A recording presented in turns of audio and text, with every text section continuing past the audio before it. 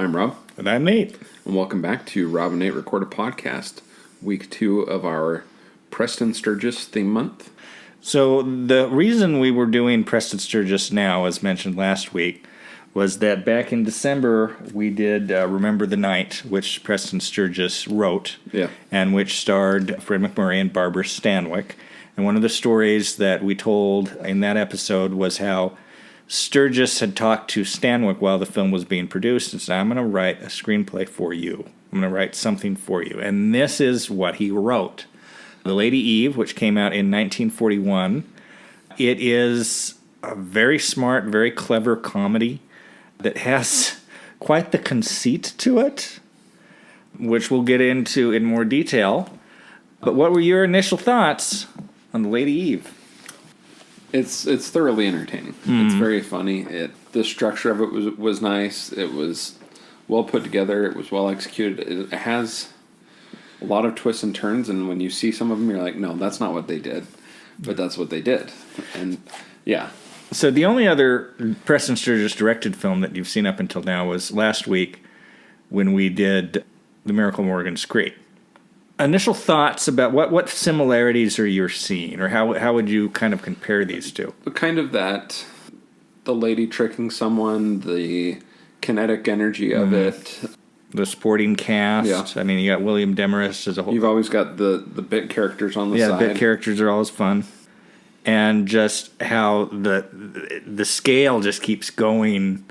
You know, it's got that 1, 2, 3, getting bigger and bigger and bigger and more manic. But not quite as big as 1, 2, 3. Yeah. So this film stars, of course, Barbara Stanwyck as a couple people, or one person. Jean. That's the same dame, though. Yeah. Definitely the same dame. Jean and the Lady Eve Harrington? Forget what her last name supposedly was. And then Henry Fonda plays Charles Pike, who is the herpetologist son of an ale king, who's played by Eugene Pallett, who's a great foghorn of a man. You've got Charles Coburn as Colonel Harrington, William Demarest as Muggsy. I believe his last name was McGillicuddy. I didn't catch that. Or no, Murgatroyd. Yeah. Muggsy Murgatroyd, who's kind of the watcher assigned by the elder Mr. Pike to watch his son, and then various others down the line in supporting roles. Including Eric Blore as Sir Alfred McGlellan Keith. Yes. So I think when she's the Lady Eve, she's...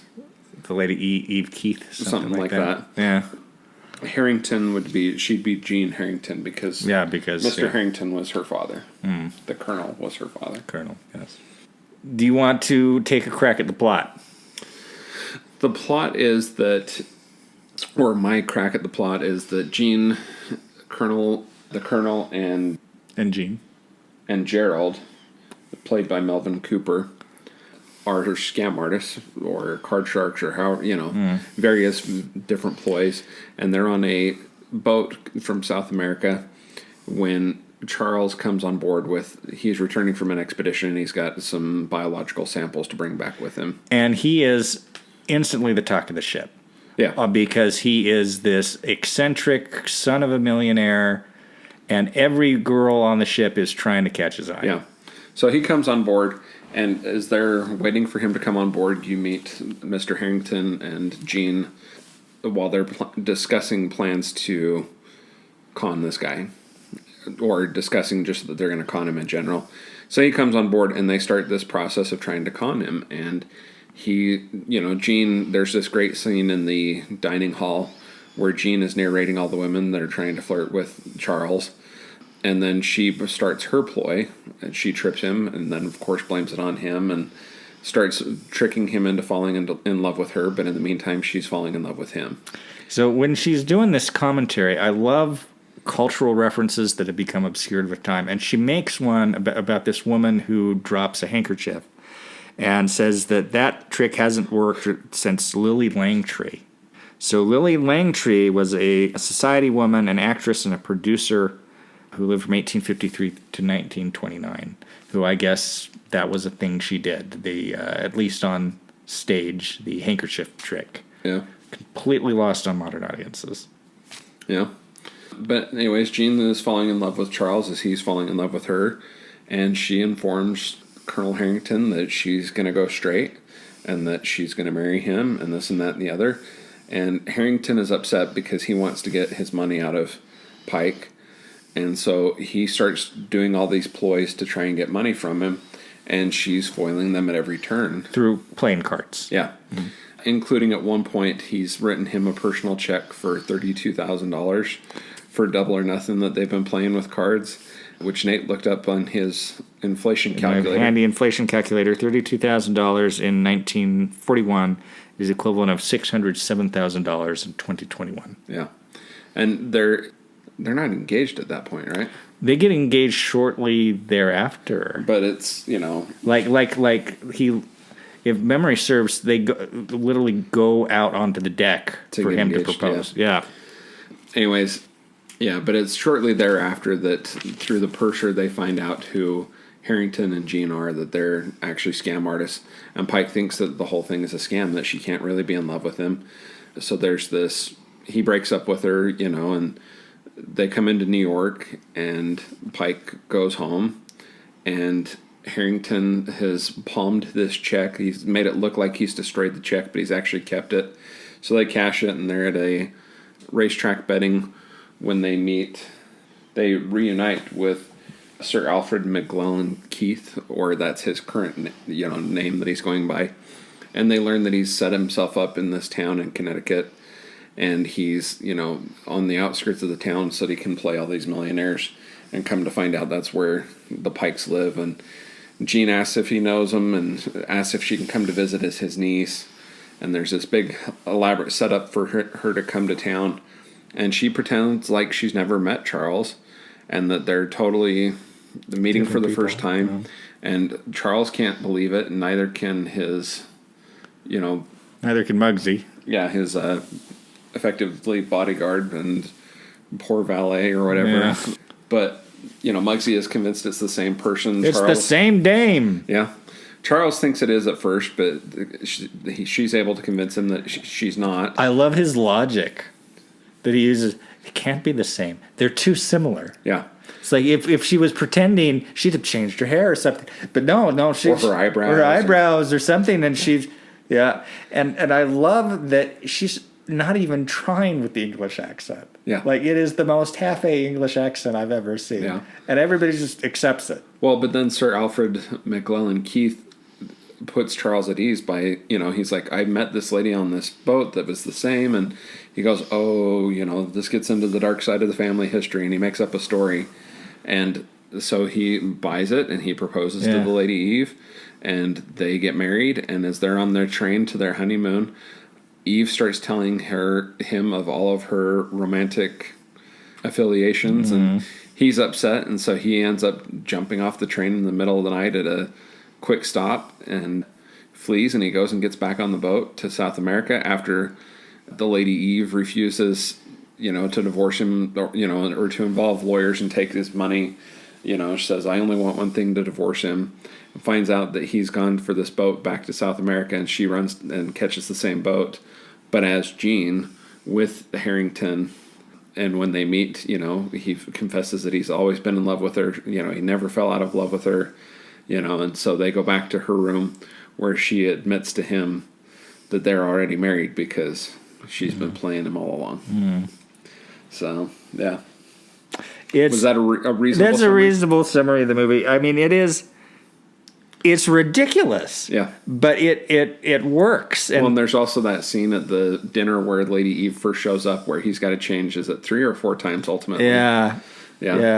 He's just very clumsy and accent prone. Well, actually, the first one's the only one that's as a result of him, because then it's Muggsy dumping the whole tray of the prime rib on him or whatever. Yeah. Yeah. And Muggsy, of course, Muggsy is a character. Yeah, the William Demarest was something of a good luck charm for Preston Sturges. He shows up in not all of them, but in a lot of them. And his gruffness is very entertaining. And all of the supporting actors, I mean, you look at the pictures of all these old white men, They look kind of a similar type, but I mean, there's a good spectrum to them. Charles Coburn is wonderful. I mean, he's a con man, but he's an absolute charmer. And he doesn't come across. I mean, the bad guys don't come across as really bad guys, kind of lovable scamps. And Eugene Pallett he's a hoot. Yeah. And yeah, it's a fun film. It's got a lot of fun scene. It's got some wonderful dialogue. It doesn't have a lot of monologues. The Miracle Morgan's Creek had more monologue-y stuff. This is mostly kind of pitter-pat, back and forth dialogue sequences. It's kind of like two movies in one, because the whole setup, you could string that out on the boat. That could be its own movie. Yeah. And then that movie ends, and she's embittered that he didn't believe her, that it wasn't a scam. And I don't blame him. No. I mean, based on the information he had, it looked like she was scamming. And so she's like, I hate him, I want revenge. But she doesn't hate him, she loves him. And she comes to this conclusion that the only way I can convince him that I really love him is to trick him again. Yeah.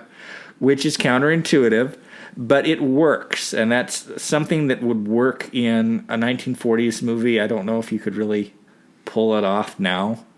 Maybe if you had a strong enough actress, but, I'm thinking of some of the actresses we grew up with in the 90s that now aren't the actresses we grew up with in the 90s.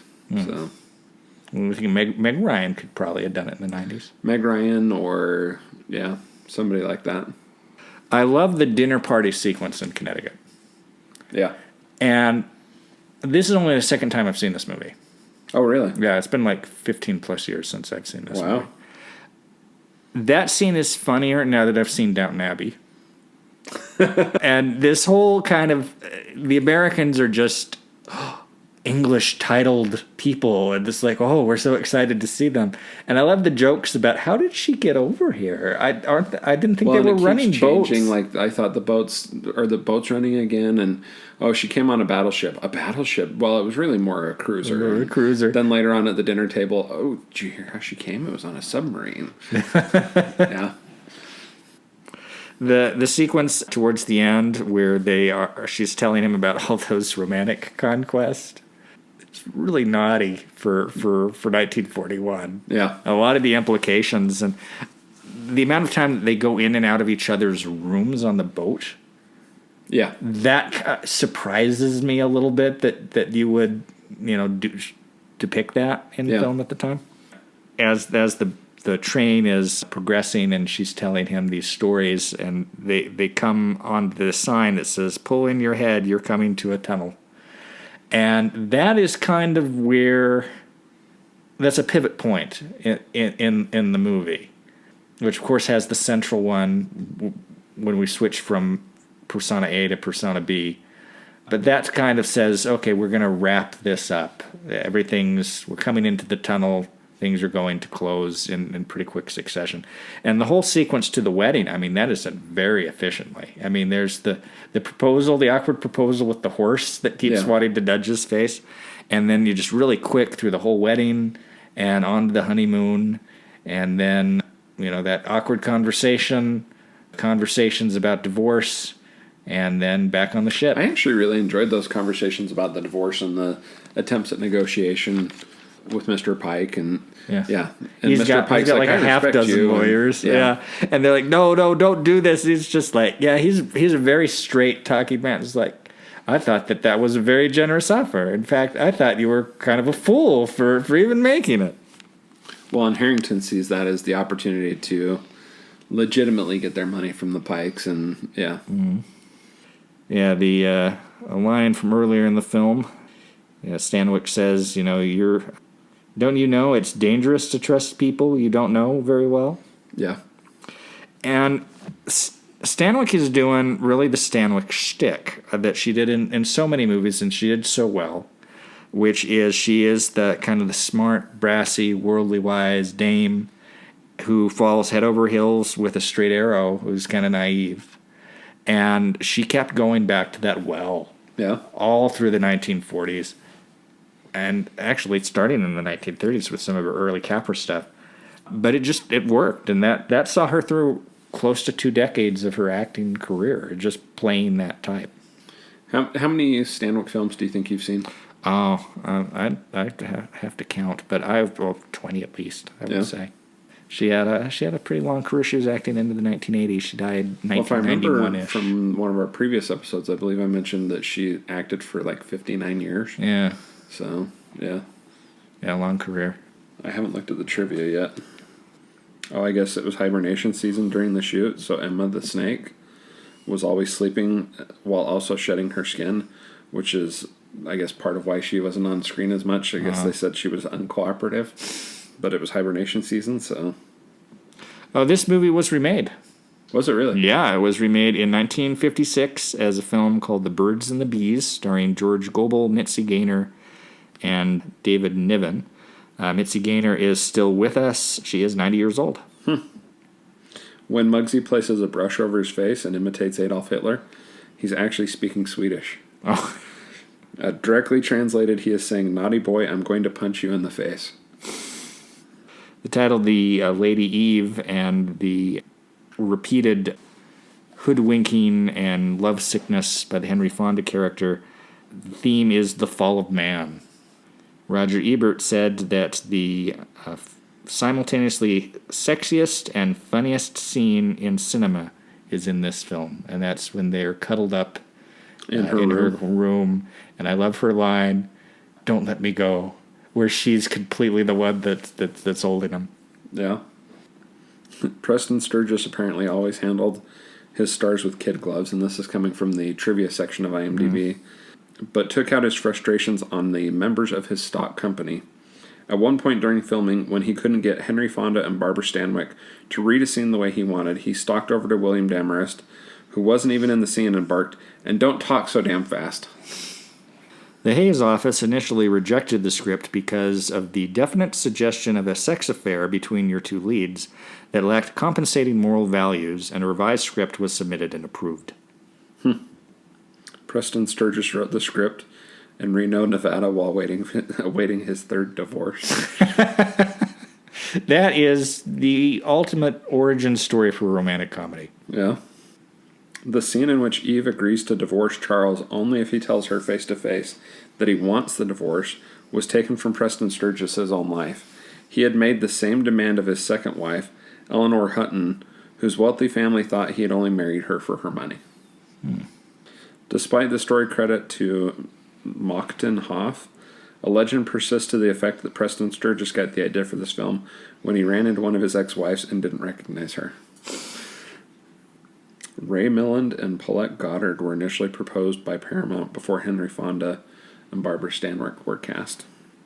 Oh, and the check that Charles Pike writes to Colonel Harrington, did you notice the date on it? No. It was dated August 29th, which is Preston Sturges' birthday. Oh. This film is included on Roger Ebert's Great Movies list. Favorite film of Laura Dern. Oh, really? Yeah. Included among the 1001 movies you must see before you die. Yeah, I think that's about all that's worth putting there. It's a really fun movie. As I was watching this and thinking about it again, it's been many years since I've seen it, and thinking about how am I going to rate this.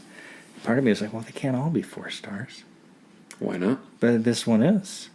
Yeah, I would give it 4 stars. I'd probably give it 9 out of 10. I think I would go 3 and 8. Maybe 3.5. You could convince me. Yeah. It's just so, he had this, as mentioned before, this period where he was just bullseyeing everything he did. Yeah. And this is definitely part of that string. It's great. I kind of wonder that it hasn't been remade more than once. Well, it depends on how well the first remake went. Yeah. Yeah. This wasn't nominated for a single Oscar. Okay. For Best Writing Original Story. Of course. Or what we now know as Original Screenplay. So this is a fun film. Fun is a simple way to describe these, but we're really enjoying these. The first 2 Preston Sturges selections. So, yeah. And they're nice and short, too, which I think helps. They pack a lot of story into an hour and 34 minutes. Yeah. A lot happens in the course of this film, and it doesn't feel long at all. It's very briskly paced. Fun. You got much else on this one? Do you know how this fared in the box office? I couldn't find accurate numbers. I couldn't find because I couldn't really find details. I did read that after his first two films, the studio gave Sturgis a pay raise because of the amount of money they raised, but I didn't see accurate figures on this one. So, well, from us and the good folks at New Post-War Old Dutch Cleanser, I'm Rob, and I'm Nate, and this was Rob and Nate Record a Podcast. This program brought to you by the New Post-War Old Dutch Cleanser, to give you a faster, easier cleaning than any other cleanser you've ever used. And it's safe. That's faster, easier cleaning from the new post-war blend of Old Dutch Cleanser. We got a sponsor now. Okay. Of course, it's from 80 years ago, but it's our sponsor. There you go. Yeah. Have you been, how long have you had that idea? No, I was, I like to listen to things while I go to sleep. Yeah. And I occasionally listen to old radio shows, and I can't remember what the show was, but I loved how long the name was. Well, I'm surprised you didn't pull out "You're Not Fully Dressed Without a Smile." Yeah. The New Post-War Old Dutch Cleanser. It's not that old pre-war Dutch cleanser. It's the post-war. Yeah. Okay, you ready? Ready. You gonna maintain that for the next couple I don't weeks? know. Maybe we'll get new sponsors. You gonna find some new ones? New old sponsors. We'll be sponsored by Woolworths. Yeah. Or maybe you should do a beer one, and you can work in Hopsy. The Hopsy, yeah. Yeah. Or that would have been the perfect one for today. Yeah. Yeah. Maybe you're gonna have to do a little homework ahead for the next week. Mm-hmm. You gonna tell me what we're watching next, or we wait until the day of? I think we'll wait. Okay. Sounds good.